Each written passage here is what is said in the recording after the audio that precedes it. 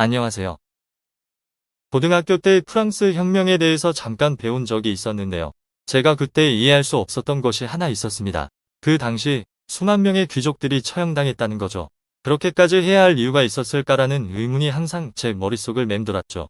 그리고 그 의문은 10년이 훌쩍 넘어서 풀렸습니다. 한번 기득권의 맛을 본 인간들은 그걸 절대 포기하지 않는 습성이 있기 때문입니다.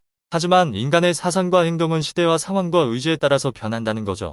산업혁명의 시작과 함께 계몽주의 사상이 전파되자 사람들은 스스로를 자각하기 시작한 겁니다. 하지만 귀족들은 자신들의 기득권을 포기할 생각이 없었겠죠.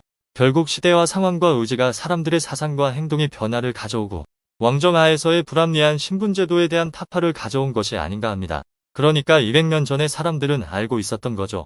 순순히 기득권을 포기할 놈들은 없을 거라는 걸 말입니다. 지금이라고 다를까요? 제가 몇 년 전에도 한번 언급한 적이 있었는데요.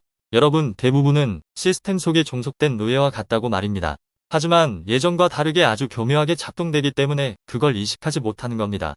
여러분은 잠재의식적으로 노예라는 걸 아셔야 합니다. 한마디로 여러분은 최상위 포식자들의 필요에 따라서 일용할 양식이 되는 거죠.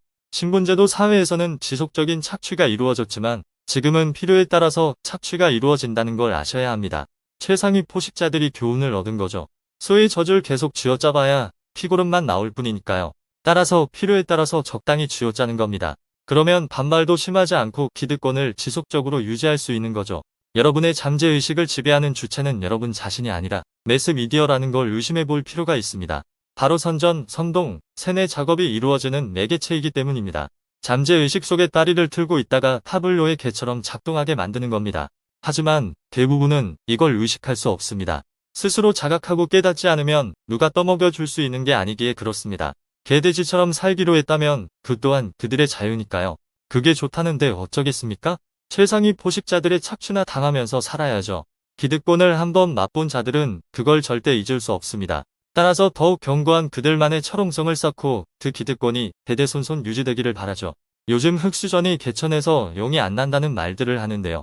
미국조차 이젠 더 이상 아메리칸 드림은 없다는 말이 자주 들려옵니다. 점점 계층 이동이 둔화되고 고착화되기 때문이 아닐까 합니다. 이미 20년 전에 부자들은 아이들이 유치원을 졸업하면 캐나다나 미국이나 호주 같은 곳으로 유학을 보냈습니다. 어릴 때부터 현지인처럼 생활하면서 경험과 인맥과 학歴을 넓히는 거죠. 당연히 일반 서민들의 자녀가 그들과 경쟁이 되겠습니까?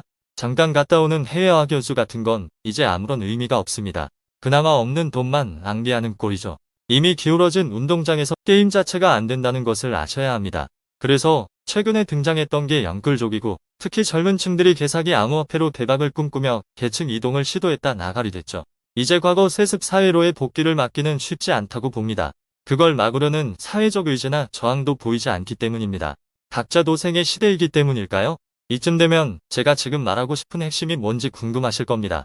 제가 말하고 싶은 핵심은 기울어진 운동장에서 발버둥쳐 봐야 최상위 포식자들의 들러리나 놀이개가 될 뿐이라는 거죠. 따라서 최상위 포식자들의 시스템 속에 종속될 게 아니라 여러분 자신의 시스템을 만들어야 합니다.